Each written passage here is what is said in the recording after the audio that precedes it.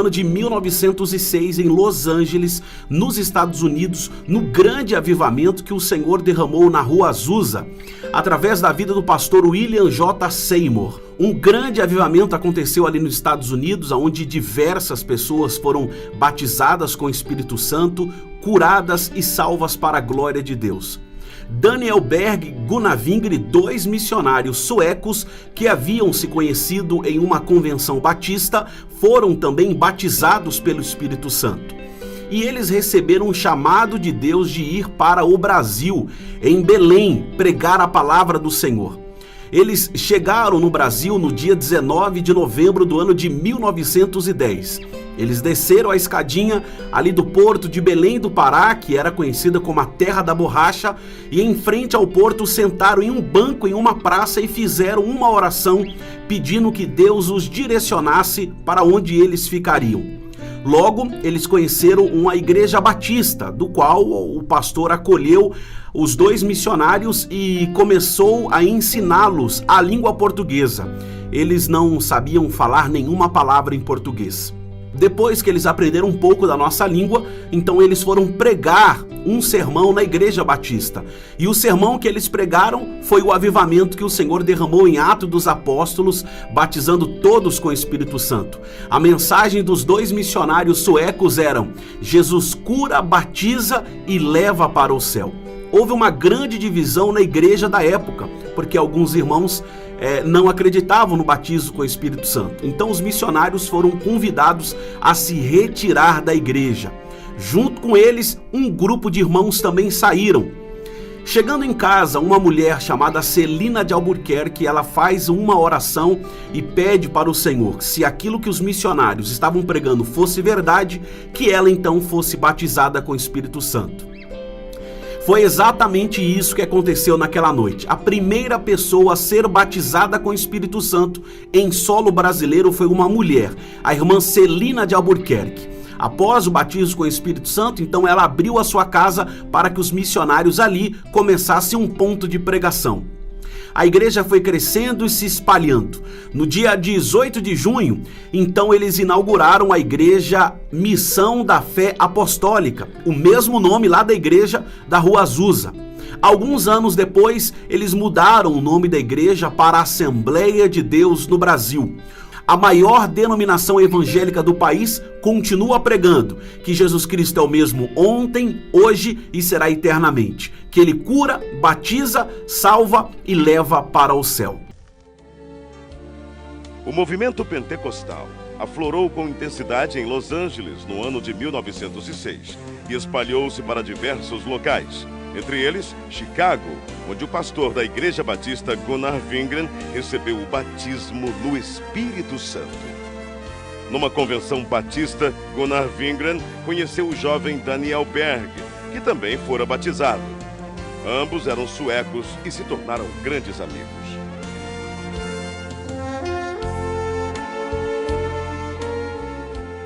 Mais tarde, em South Bend, durante uma reunião de oração, Gunnar Wingren relata aos presentes o que Deus lhes havia revelado. Brothers, the Lord has shown us that we must go to South America, to a place in Brazil called Pará. Neste porto, em 19 de novembro de 1910, o pastor Gunnar Wingren e o irmão Daniel Berg desembarcaram em terras brasileiras, como nos conta o presbítero Pedro Silva. Conforme a história dos antepassados, porque eu não assisti, que ainda não era nascido nesta época. Mas meus pais foram os primeiros crentes da Assembleia de Deus no Brasil. E eles conversavam em casa, contavam tudo direitinho. O navio atracou na escadinha no cais do porto. E eles saíram do navio com suas maletas na mão. E sem destino, porque não conhecia nada e tampouco não conhecia a língua. Saíram em direção da Avenida Presidente Vargas. Ao chegar na Praça da República, sentaram em uns bancos de mármore que tinha lá naquela época, e ali ficaram pensando e orando em espírito para Deus enviá-lo o que eles poderiam fazer. Sem rumo, sem economias, numa terra de um povo completamente desconhecido. Esta era a situação de nossos missionários. O futuro era uma incógnita. A única coisa de que tinham certeza era que o Espírito Santo de Deus estava com eles.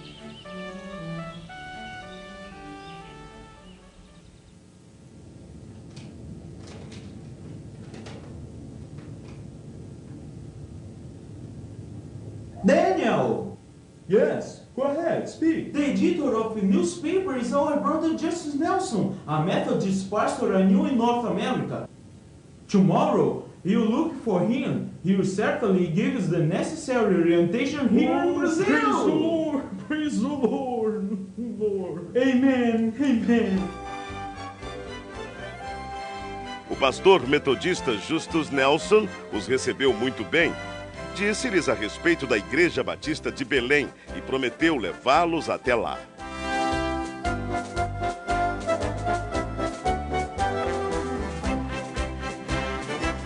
Na pequena Igreja Batista, os missionários conhecem o irmão Raimundo Nobre, líder do trabalho batista no Pará, que ofereceu-lhes abrigo nas dependências da igreja.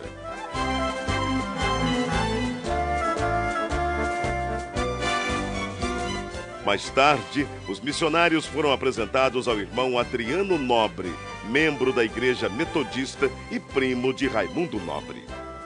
A convite do irmão Adriano Nobre, Berg e Wingren navegam pelo rio Tajaburu até chegarem ao local chamado Boca do Ipixuna, onde ficava a casa do irmão Adriano. Ali permaneceram por algum tempo, aprendendo a língua e os costumes do país em que passariam um bom tempo de suas vidas.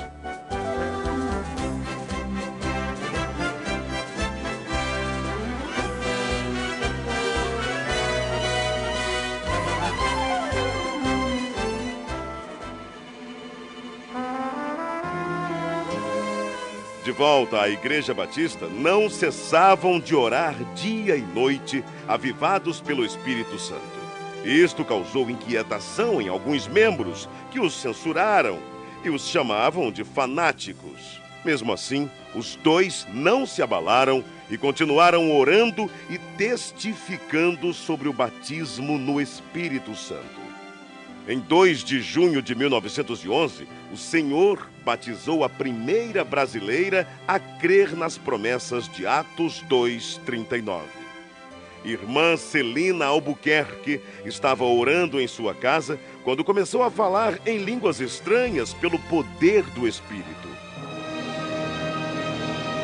Irmãos, o que tem acontecido aqui, o que tem acontecido conosco, é maravilhoso. Não podemos deixar de falar de coisas tão maravilhosas, do cumprimento da promessa que nos foi garantida pela palavra de Deus. Não podemos fechar os olhos para o derramamento do Espírito Santo. Irmãos, não podemos deixar que doutrinas estranhas invadam nossa igreja. O fato gerou uma grave polêmica na igreja. A maioria creu na doutrina do batismo no Espírito Santo. Entretanto, outros membros, liderados pelo irmão Raimundo Nobre, rechaçaram completamente a ideia e votaram a favor da exclusão dos simpatizantes ao movimento pentecostal. As 17 pessoas que saíram da Igreja Batista se reuniram na casa da irmã Celina e ali, juntamente com os missionários Daniel Berg e Gunnar Wingren, abriram um novo trabalho. Enfim, em 18 de junho de 1911, na rua Siqueira Mendes, número 67, começava a se estabelecer a primeira Assembleia de Deus no Brasil. Enquanto o pastor Gunnar Wingren pastoreava a igreja em Belém, Daniel Berg saía como colportor, vendendo Bíblias e pregando o Evangelho em diversas cidades. Eram tempos difíceis, de longas jornadas, mas Deus jamais desamparou aqueles que lutam por sua palavra.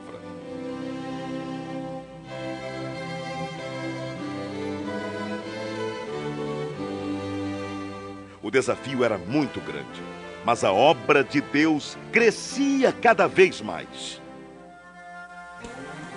Absalão Piano, pastor pentecostal brasileiro, ordenado por Gunnar Wingren em 1913, em Rio Preto, Tajaburu do Norte.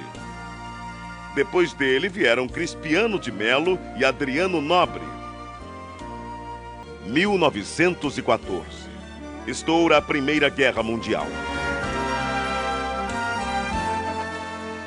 Em 25 de outubro deste mesmo ano, chega ao Brasil mais um missionário sueco, Otto Nelson e sua esposa Adina Nelson. No ano seguinte, foi a vez do missionário Samuel Nestran e sua esposa Lena Nestran. Alguns anos mais tarde, em 1917, foi fundado o primeiro jornal pentecostal, A Voz da Verdade.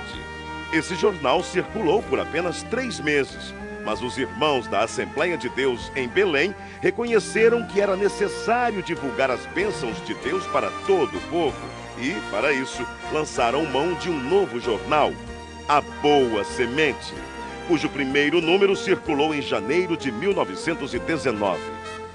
Estava lançada a Boa Semente da Literatura. Em 1921, chega ao Brasil Niels Nelson, um jovem de apenas 26 anos. Impulsionado por Deus, veio somar esforços à evangelização. A igreja crescia e já se espalhava por vários pontos do país com o apoio de homens de Deus como Eurico Bergsten, Bruno Skolimowski, Gustavo Nordlund, Joel Carlson, José Menezes, Niels Karstberg, Cícero Canuto de Lima, Paulo Leivas Macalão e Francisco Gonzaga, que, inspirados pelo Espírito Santo, dedicaram suas vidas desbravando os caminhos da fé, abrindo pontos de pregações em diversas regiões do país e contribuindo para que a Igreja de Deus crescesse cada vez mais.